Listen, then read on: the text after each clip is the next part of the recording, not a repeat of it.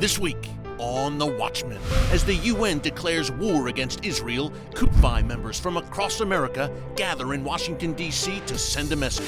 For Zion's sake, we will not remain silent. This resolution is a gift to every anti-Semite on planet Earth. That's why we are here to fight it and to stop it.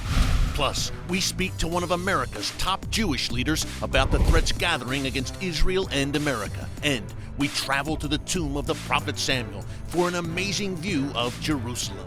It's The Watchman. It's Christians United for Israel, only on TBN.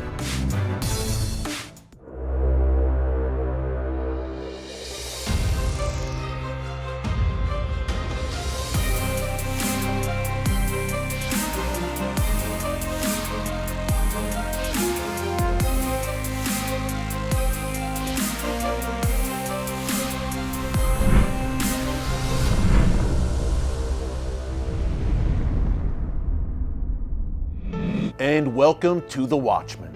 I like to say that Christians United for Israel exists for such a time as this. It is not by coincidence that at this very moment in history, when Israel is surrounded by enemies on all sides, God Almighty has raised up an army of 3.3 million Bible-believing Christians across America to stand with Israel and the Jewish people. Because if not us, who?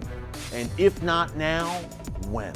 CUFI is now America's largest pro-Israel organization, and we are not shy about making our voices heard when God's land and God's people are threatened.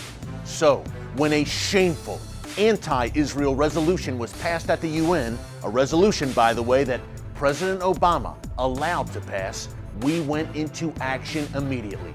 Earlier this month, 260 pastors, led by CUFI's founder, Pastor John Hagee, traveled to Washington, D.C. to send a message to the UN and our government that for Zion's sake, we will not remain silent. CUFI members spread out across Capitol Hill to lobby members of Congress, and we had three main objectives. Number one, to support legislation calling for the complete repeal of that wicked UN resolution that I mentioned. A resolution that calls the Western Wall and the Temple Mount in Jerusalem illegally occupied territory. Illegally occupied, the UN says, by Israel.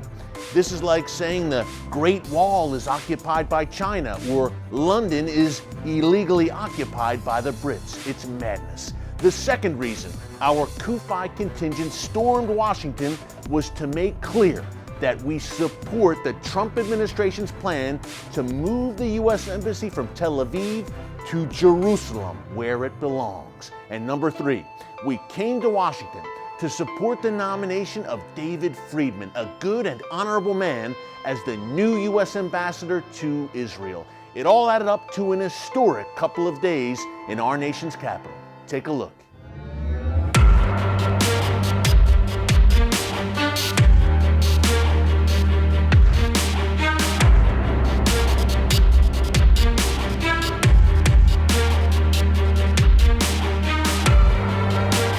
Mr. Prime Minister, Christians United for Israel has answered the call tonight.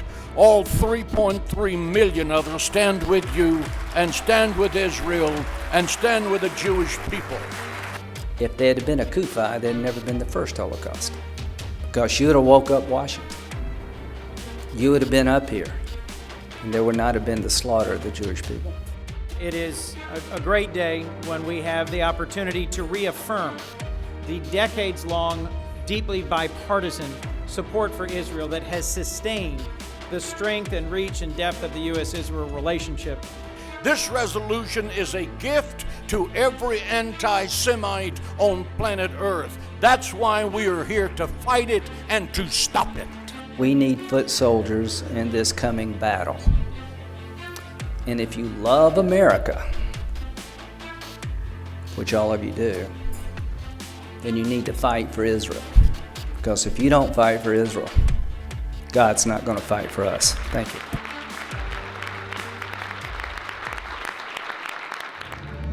Folks, what a powerful and anointed time we had right here in Washington, D.C. You know, in the book of Isaiah, God Almighty says, On your walls, O Jerusalem, I have set watchmen day and night who will never hold their peace. At Christians United for Israel, we are playing that role of watchmen and watchwomen on the wall, standing in the gap for Israel. You need to be a part of this movement, folks. Join this mighty movement of God. You see the URL on your screen. You see the phone number. Call us. Visit CUFI.org and be a part of something special, a true mighty move of God. And a move of God where we're getting to stand shoulder to shoulder with men like Malcolm Hoenlein. Malcolm is a great friend of CUFI, and he's the executive vice chairman of the Conference of Presidents of Major American Jewish Organizations. Now, he's arguably the most influential American Jewish leader, a man who meets with world leaders like Benjamin Netanyahu on a regular basis. So we were privileged to sit down with him recently to discuss what lies ahead for Israel and America in 2017. Fascinating stuff. Take a look. It seems to be a tendency in the West among some Western leaders to think, well, the Iran deal solved the problem, the Iran nuclear deal. Tell our audience why Iran is not just a continuing threat for Israel in the region, but for America and the world. America is the big Satan to Iran. Israel's the little Satan. And a lot of what Iran is doing is targeting the West, in Europe and the United States. They're building ballistic missiles not to hit Israel, because they can hit them with Scud missiles. They're doing it because they want to hit the United States. And they say it. And the problem is that people don't listen. Dictators tell the truth. Leaders of democracy sometimes lie, but dictators tell the truth, and they're telling us what they want to do. Look at what they're telling us in the Navy, building new bases, expanding their footprint in the region, controlling 4 Arab capitals, Baghdad, Sana'a, Beirut, Damascus. Look at what they're doing in terms of their support for terrorism, Hamas, Hezbollah, terrorism in Africa, in South America, 50,000 agents in South America, from Mexico to Argentina, because they can fight us from across our border and not from thousands of miles away. Yeah, you hear so much, Malcolm, about ISIS in the West, but Iran at our doorstep in South America. Iran with Hezbollah, training people, building bases, training terrorists, and infiltrating people. These are real serious issues, and this is not me. This is the FBI has said this. There's other security agencies. There are people who are studying this with great alarm. Then you look at what are their activities, and I haven't touched on the nuclear. I'm talking about on non-nuclear threats, support for global terrorism, violation of human rights of their own people, more executions now than under Ahmadinejad. Rouhani, the quote moderate, the great moderate, executing Christians, Baha'is, Muslims, anybody that doesn't agree, political opponents. You see that the opposition and the actions against any potential opposition, but also against young people, arrests of college students. The economic conditions are terrible within the country because the Khamenei, the supreme leader, and his house and the Iran Revolutionary Guard control 30 to 40% of the economy. So the billions that they have taken in because of the JCPOA doesn't benefit the people. Then you come to their conventional outreach. They're building their own. They're threatening our ships in the Straits of Hormuz. They have now their destroyers in the Mount Bab al-Mandab. And I suggest that everyone just go look at a map. These are the 2 choke points. Everything coming from the Suez Canal, the Persian Gulf, the Red Sea, and they said it, that we will choke the West by controlling these 2 points. Now they announce that their destroyers are there. They're not there to protect their ships against pirates. They're there because that's what the war in Yemen is about. That's what one of their goals. Then they harass our ships. These little boats come and wreak havoc. We don't know if they're loaded with explosives. And they humiliate our soldiers by capturing them. Why did we not respond? They shoot missiles in violation of and are advancing their ballistic missile capacity. It's a violation of Security Council resolution, and they get away with it. They keep probing, and now we still have not talked about their nuclear program. We're talking about all the things beyond the things covered in the JCPOA. So you can't trust them. We know they're violating, and they're slapping the West in the face all the time, and especially the United States. And if we fail to put the markers down clearly, they take advantage of it. When they perceive weakness, they exploit it. That's been true throughout history, how terrorists operate and how dictators operate, and it is true today. And we are feeding them. We're feeding them Baghdad. You know, they're replacing the Sunni population in Syria with Shiites from Iraq and from Afghanistan and elsewhere. I mean, they're trying to impose permanent changes. And with Hezbollah, look at the dominant role today they play in Syria. Talk about that Hezbollah threat at Israel's northern border, Malcolm. You mentioned Hezbollah in South America, but tens of thousands of rockets and missiles aimed at every inch of Israel. Talk about that a bit, the threat they pose. Right. So first, overall, you're right. They have a network of terrorist operations. Hamas, they have reestablished ties. They provide them with missile technology. You know how we know? Because they said it. They declared it. They said we have reestablished the ties. We are helping them advance technologically and otherwise the missiles that Hamas operating out of Gaza has against Israel, against Egypt, potentially against Saudi Arabia and Jordan. Then you go to the north. And Hezbollah is operating today in dozens of countries, but their base is Lebanon. And we've given them Lebanon. In the election of Aoun, a Christian who used to be a great ally, who turned then to and switched to Hezbollah, is now the president. Hezbollah has 10,000 troops in Syria. They've built up their capacity. They've gotten many more weapons, much of it American-supplied weapons to rebel groups and the Free Syrian Army and others who had these weapons that have all now gone to that were captured by Hezbollah and other groups. And they're getting that battlefield experience in Syria. And exactly, that this is not the Hezbollah of our fathers. This is a Hezbollah that's been in the field, had many people killed, but is battle trained. They have built infrastructure, underground infrastructure all over southern Lebanon, and now we know that they're doing some inside Syria, but more importantly that they are building their infrastructure and capacity. That one day they may decide, that Assad says the way I'm going to unify everybody is start up with Israel. That's why Israel had to react and has to react so strongly to every provocation to send a message, don't mess with us. Coming up, more with Malcolm Hoenlein on the threats gathering against Israel and America and what it all means for you. It's the Watchman. It's Christians United for Israel, only right here on TBN. Don't move. Christians United for Israel was created for such a time as this. God has raised CUFI up at this moment in history to stand between Israel and those who seek to destroy the Jewish state. Israel's enemies are on the move. As dark clouds gather on the horizon, tell the world you proudly stand with Israel. Be a courageous voice for biblical unity and moral clarity when you join Christians United for Israel. Show your love for the people of Zion with this beautiful symbol of unending support for Israel. Wear the pin and join CUFI, a movement of over 3 million defenders of Israel who are raising a torch of truth to defeat the darkness. Call the number on your screen or visit CUFI.org/pin to receive your free pin that will show your proud support for Israel.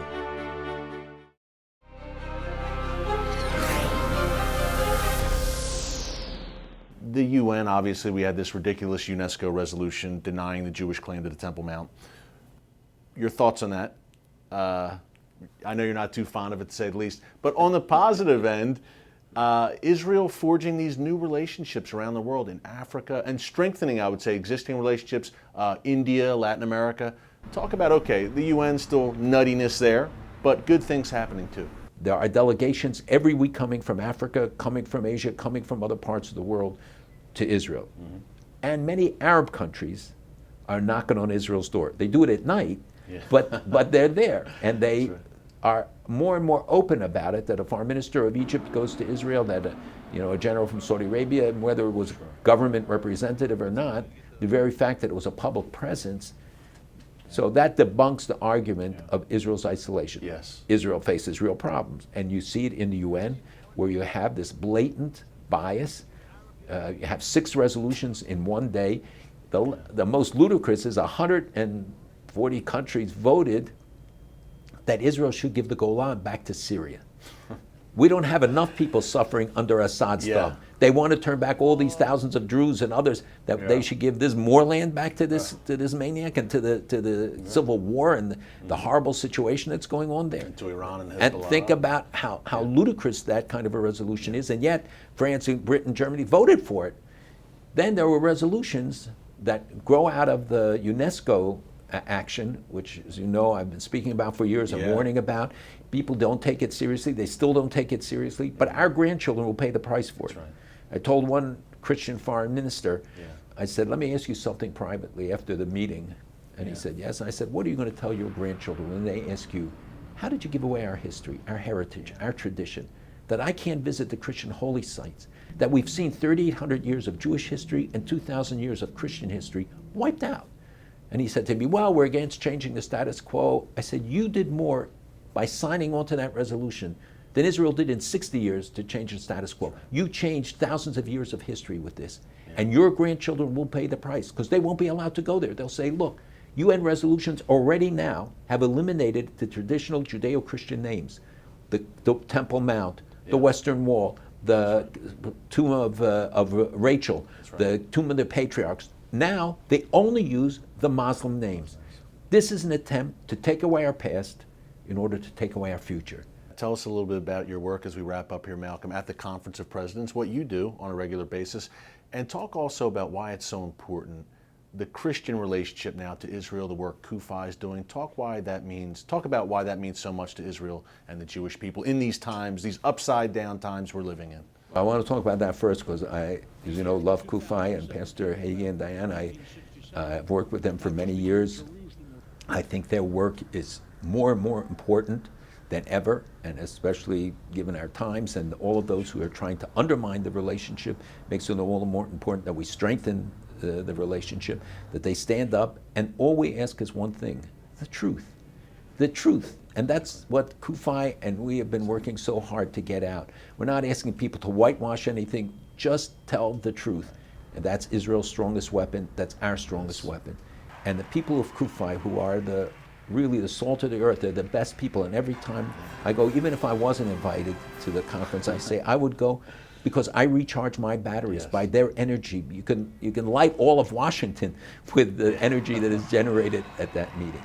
And the conference, which is an umbrella of 53 organizations, works every day to build bridges to address national and international issues. We don't really deal with the domestic agenda, but we work at the UN, we fight terrorism, Iran, we deal with the image of Israel, the propaganda, the negative stereotyping, et cetera, and very big concern about American campuses, which are more and more mirroring what we've seen in European campus. For another interview. Yes, it's not BDS, it's anti-Semitism. Yes, it is. Destruction of Israel by other means. That's right. And it's just a cover to say, well, it's only BDS. It's like the Nazis said, well, it was Kristallnacht. They broke the windows. They didn't talk about the thousands, tens of thousands who were arrested and killed in the businesses, because you try always to cover it. So BDS says, well, it's an economic boycott. No, it isn't.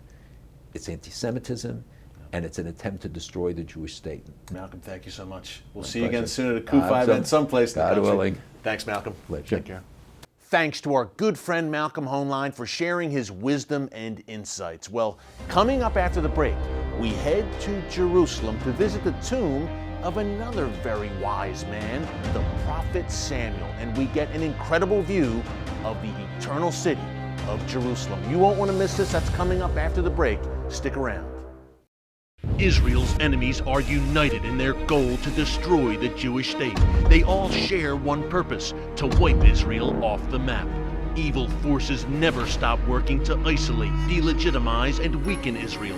In the face of evil, Christians must not remain silent. Supporting Israel is not a political issue, it is a biblical issue.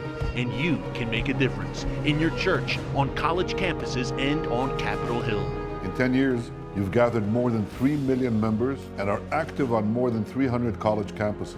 CUFI never shies away from standing with Israel, from standing with the truth. Become part of the largest pro-Israel organization in America and help Christians United for Israel push back against the darkness as a beacon of truth. Join over 3 million defenders of Israel when you visit our website at CUFI.org and sign the Israel Pledge. Together, we'll make sure that Israel never stands alone. And welcome back to The Watchman, only right here on TBN. Well, if you were an ancient traveler on your approach to the city of Jerusalem, it's a good bet that you probably stopped at the tomb of the prophet Samuel. Now, it lies just west of the city of Jerusalem and is called Nebi Samuel in Hebrew. It also has one of the most incredible views of Jerusalem that you will see anywhere. We visited there recently with a group of our CUFI donors, and our good friend Elliot Chodoff gave us some of the history of this fascinating site.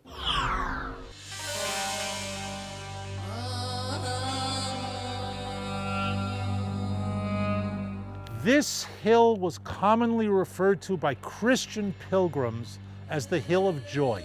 And that's really why there was a church built here. By the way, the church is Crusader, 12th century.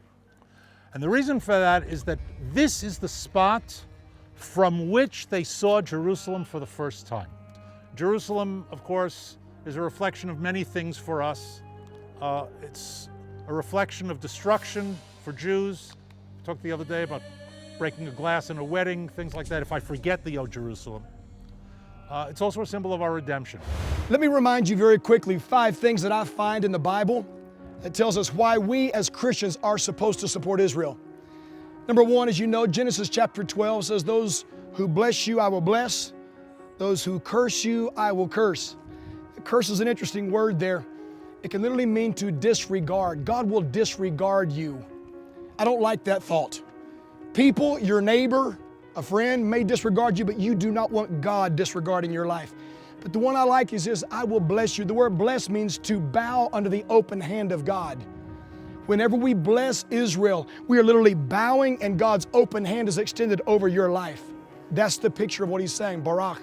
So Genesis 12 is we bless Israel. Then we find in the Bible where it says in Psalms that you and I at 122, we are to pray for Israel. Pray for Jerusalem. There will be peace. There's prosperity that comes with that. And then the Bible goes on to tell us in the book of Isaiah chapter 40 to comfort Israel. Comfort Israel, comfort her, my people. Then the Bible says in Isaiah 62 that we are to speak for Israel. For Zion's sake, I will be silent no more. And then we find in the book of Romans chapter 15 where it says that we are to be giving to Israel because we have received of Israel's blessing, the Word, our Messiah. We are obligated to bring and to give back to her in a financial, very tangible mean. We have a 5-fold mandate as believers as to what we are supposed to be doing in response, not just sitting back and going, well, I hope it works out. Listen to Psalm 122. Here's what this second Psalm of Ascent is. "I rejoice with those who said to me, let us go to the house of the Lord." I tell my church, the Bible says, hot dog, it's church time. But anyway, he's saying, let us go to the house of the Lord. Our feet are standing in your gates, O Jerusalem. Jerusalem is built like a city that is closely compacted together. Isn't it amazing that the entire world is looking at this piece of real estate right here? The entire world has interest in what happens right there. It literally makes the news every single night. We're here. That is where the tribes go up, the tribes of the Lord, to praise the name of the Lord according to the statute given to Israel. There the thrones for judgment stand, the thrones for the house of David. Pray for the peace of Jerusalem. May those who love you be secure. May there be peace within your walls and security within your citadels. For the sake of my brothers and friends, I will say, peace be within you. For the sake of the house of the Lord our God, I will seek your prosperity. This was one of the psalms that they would sing and pray and speak as they moved towards Jerusalem. Again, Psalm 121 through Psalm 134. If I'm not mistaken, there are 15 Psalms of Ascent because there was 15 steps going up in the tabernacle. And so as you move forward, almost as if you are ascending as a priest into the tabernacle, we are moving towards the presence of God, and they would celebrate by these Psalms going forward. It's powerful to understand that we're standing here looking just as those first-time pilgrims coming in looking, and the hope that they had when they always heard there was a city, God's name written on that city. They were moving there. We are blessed to stand here and look at it again and understand that this word comes alive during these times. And when we read them right here, we understand better what they experienced, what the word was saying, and what we're going to experience on the other side. Man, what a time we had at Nebi Samuel, the tomb of the prophet Samuel. Kind of a hidden gem, I would say, just outside of Jerusalem, an amazing place. Well, speaking of Jerusalem, coming up after the break, my final thoughts on the battle over God's holy city and what is to come. That's coming up after the break. Stick around. Christians United for Israel was created for such a time as this. God has raised CUFI up at this moment in history to stand between Israel and those who seek to destroy the Jewish state. Israel's enemies are on the move. As dark clouds gather on the horizon, tell the world you proudly stand with Israel. Be a courageous voice for biblical unity and moral clarity when you join Christians United for Israel. show your love for the people of Zion with this beautiful symbol of unending support for Israel. Wear the pin and join CUFI, a movement of over 3 million defenders of Israel who are raising a torch of truth to defeat the darkness. Call the number on your screen or visit CUFI.org/pin to receive your free pin that will show your proud support for Israel.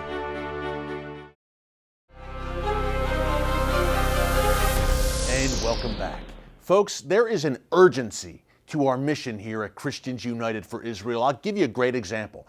Just a few days before our CUFI contingent gathered here in Washington, D.C., we saw a horrific truck-ramming terror attack in Jerusalem. Now, a terrorist who was possibly linked to ISIS used a truck to mow down 4 Israeli soldiers, killing them in cold blood. Folks, the battle over Jerusalem is intensifying. God says that Jerusalem is the city He has chosen out of all the tribes of Israel. It's the city where He has written His name forever. And here's a bit of trivia for you that you may not hear in the mainstream media, but you'll hear it here on The Watchman. Jerusalem is mentioned hundreds of times in the Bible, both in the Old and New Testament, yet it is never mentioned in the Quran, not even once.